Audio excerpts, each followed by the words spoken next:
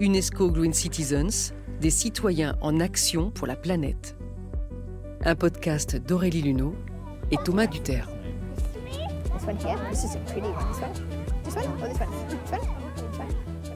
Miyawaki, à l'école de la forêt. Avec Greg Coupland, notre Green Citizen, et l'experte Myriam Bouamran. Tu veux quelle plante?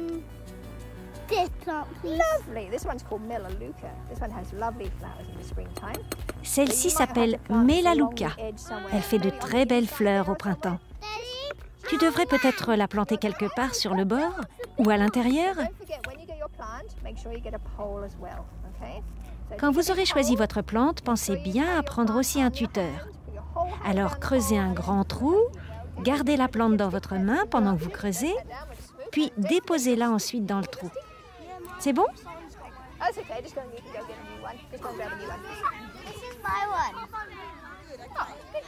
Nous sommes au sud-ouest de l'Australie, à Padbury, une banlieue de la ville de Perth, au bord de l'océan Indien.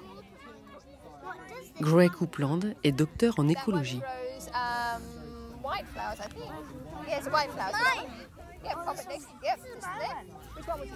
Laquelle aimerais-tu? Celle-là? Oh, celle-là est vraiment chouette. Elle ressemble à une petite herbe, n'est-ce pas? N'oublie pas d'aller chercher ton tuteur, puis tu pourras le planter quelque part en bordure, car cette plante ne sera pas très haute. Celle-ci fait de très belles fleurs jaunes au printemps. Est-ce que tu l'aimes bien? Bon, elle s'appelle Abecha et elle pousse dans un joli buisson.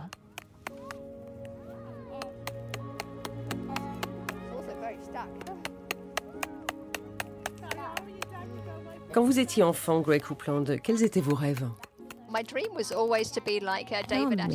rêves, ça a toujours été d'être David Attenborough. C'était vraiment mon héros.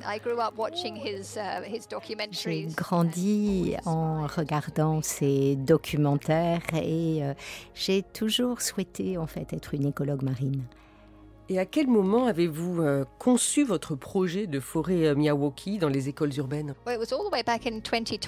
Alors ça remonte à 2020. Je suis allée à un forum, tout était autour de ces forêts Miyawaki et je me suis dit mais quelle idée fantastique d'amener les forêts dans les villes.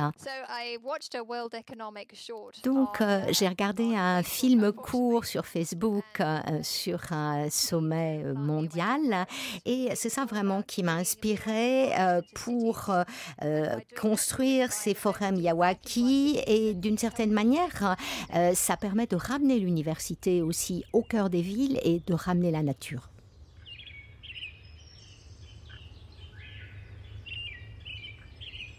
C'est un modèle qui a été imaginé par un japonais, Akira Miyawaki, c'est ça?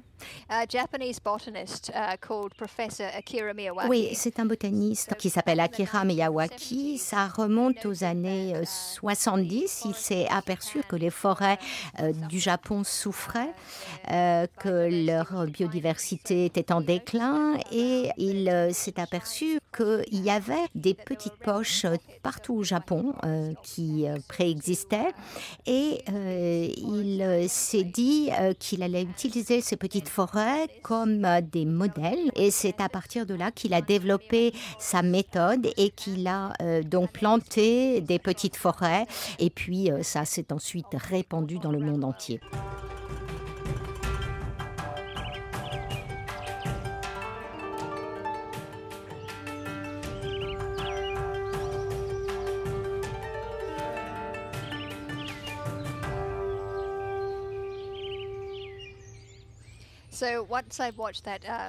Alors après avoir vu ce court-métrage sur Facebook, je me suis dit wow, quelle manière merveilleuse de ramener la nature dans les villes et si on faisait ça, peut-être le meilleur endroit, c'est de faire ça dans les écoles où les enfants peuvent prendre des actions environnementales en main directement, avoir un contact avec la nature. Et j'ai amené ça dans une école et la nouvelle directrice a été très intéressée par le projet. On a fait développer donc des composts à partir des déchets alimentaires des enfants et ces composts ont été utilisés pour nettoyer le sol où on allait planter ces forêts. Et donc, depuis cette période, ensuite, on a planté et on regarde la forêt pousser. Et puis ensuite, ça s'est développé dans beaucoup d'écoles. Et on a quelques milliers d'enfants qui sont engagés dans ces projets éducatifs de replanter des forêts et de suivre leur développement au long cours. You're going to have that one? Okay. Wait for me to get it out of the pot for you because they're really hard to get out. Okay? Dig a hole, dig. Okay, look at me, look at me. Yes, don't forget to get a stick. You want that one? This one's like a lily. It has beautiful... Quelles espèces utilisez-vous pour pouvoir planter ces mini-forêts, les faire vivre et faire en sorte qu'elles perdurent dans le temps? Alors, il y a tout un tas d'espèces différentes de plantes, mais ce sont des plantes endémiques et il faut faire un sondage des forêts qui restaient dans le bush de manière à vraiment avoir toute une liste de plantes qui auraient survécu.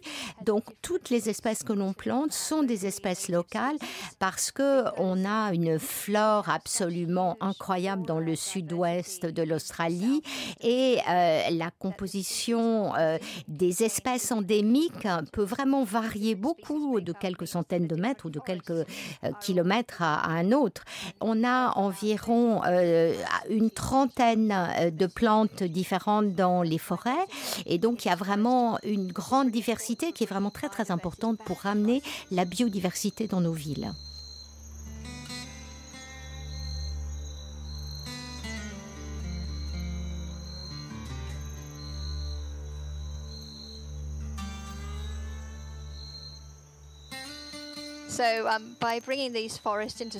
En ramenant les forêts dans les écoles, les enfants ne s'engagent pas seulement dans une action environnementaliste, mais comme on surveille la forêt au cours de son développement, on étudie par exemple comment les plantes survivent, quel est l'impact de la chaleur.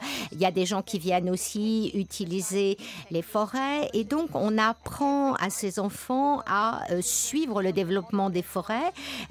Donc, chaque mois, ils vont relever des données, ils les enregistrent. Donc, du coup, replanter ces forêts leur permet de s'engager vraiment dans les actions environnementalistes locales. Donc la capacité de planter les forêts, ça permet de réduire effectivement les méfaits de l'activité humaine, mais ça permet aussi de faire baisser la température dans les villes. On sait qu'elles sont très très affectées par le changement climatique et donc avec ces forêts aussi, ça nous permet de rendre nos villes plus vivables.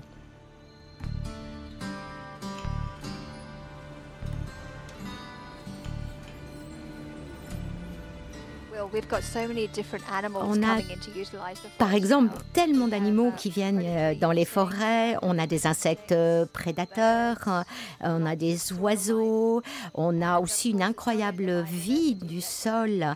Et bien sûr, il y a une biodiversité qui augmente, mais il y a aussi l'engagement des enfants. Il y en a beaucoup qui n'avaient jamais touché la terre, qui n'avaient jamais rien planté, et donc ils se retrouvent engagés dans la nature et ça c'est très important parce qu'il faut vraiment qu'on soit inspirant pour une génération à venir d'écologistes militants et de scientifiques.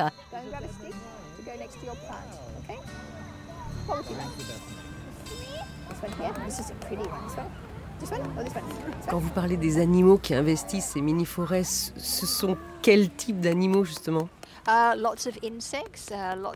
Beaucoup d'insectes, beaucoup d'invertébrés comme les vers, des coccinelles, une énorme variété d'oiseaux. Et nous pensons qu'il y a un quanda qui vient dans la forêt. C'est une très très jolie petite bête.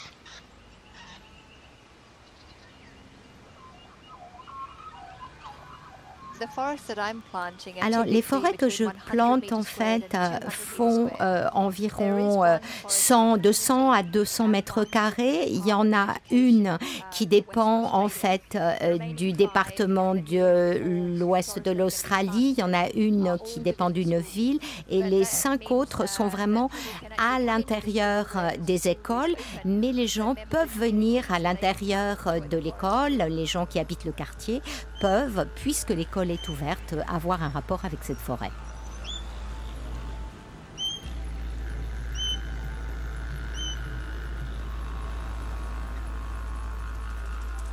So part of the Miyawaki Forest Program.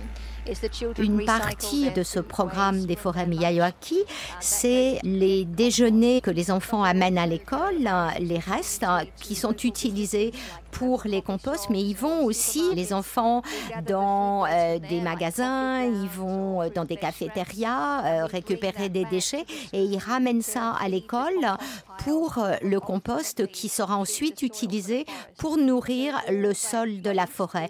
Donc tout ça a à voir avec une baisse des émissions carbone, avec une réutilisation des déchets et on voit qu'il y a un enrichissement des sols.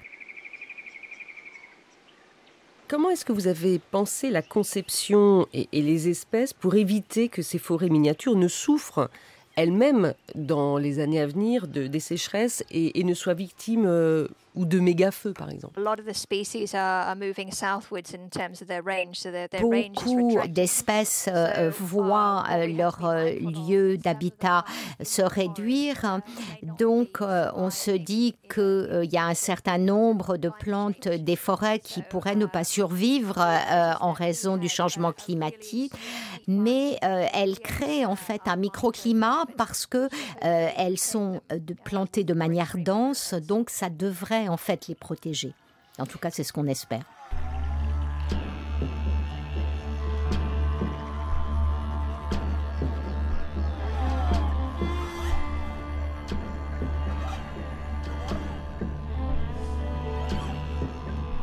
Ces mini-forêts, est-ce qu'elles peuvent avoir un impact en étant multipliées dans les villes sur justement la question climatique? Et est-ce qu'on peut appeler cela des forêts? Oui, parce qu'il y a une définition de la forêt on peut prendre celle de la FAO avec la densité.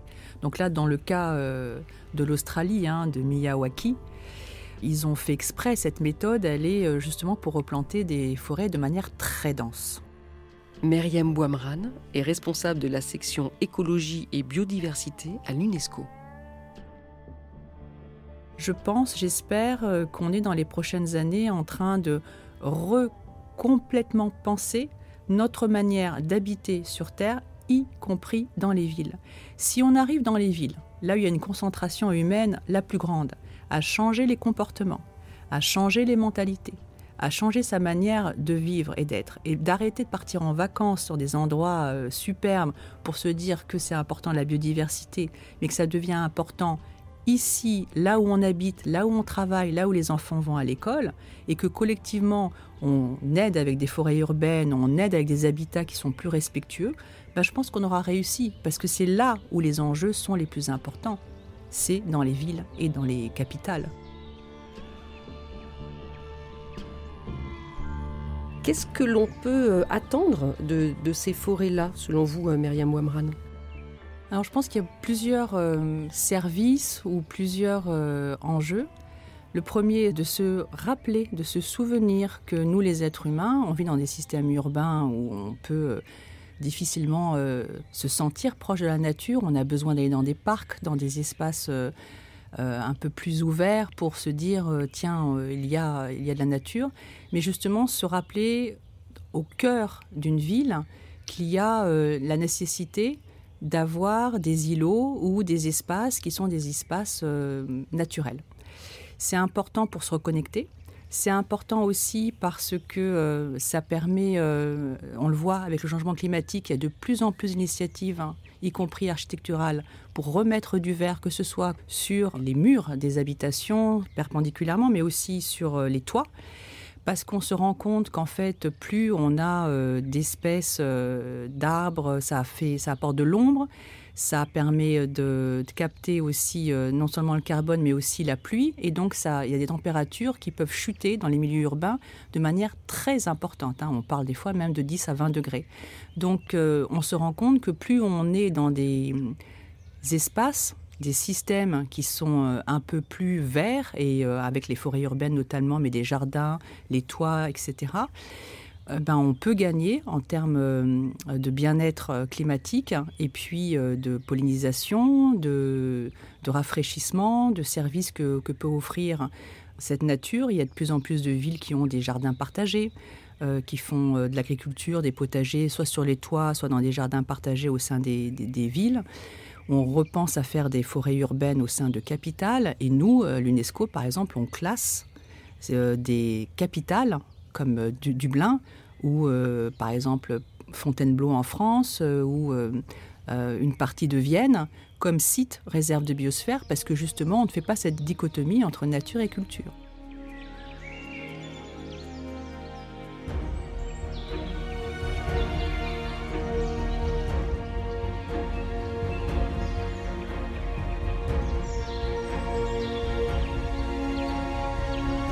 C'était UNESCO Green Citizens, un podcast d'Aurélie Luneau, réalisé par Thomas Duterre et produit par le studio Radio France, en partenariat avec l'UNESCO et la fondation Cloran Botanical Foundation.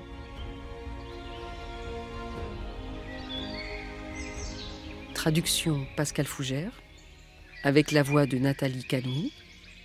Prise de son Amandine Frichoux, Mélodie Esman et Étienne Collin. Mixage Manon Houssin.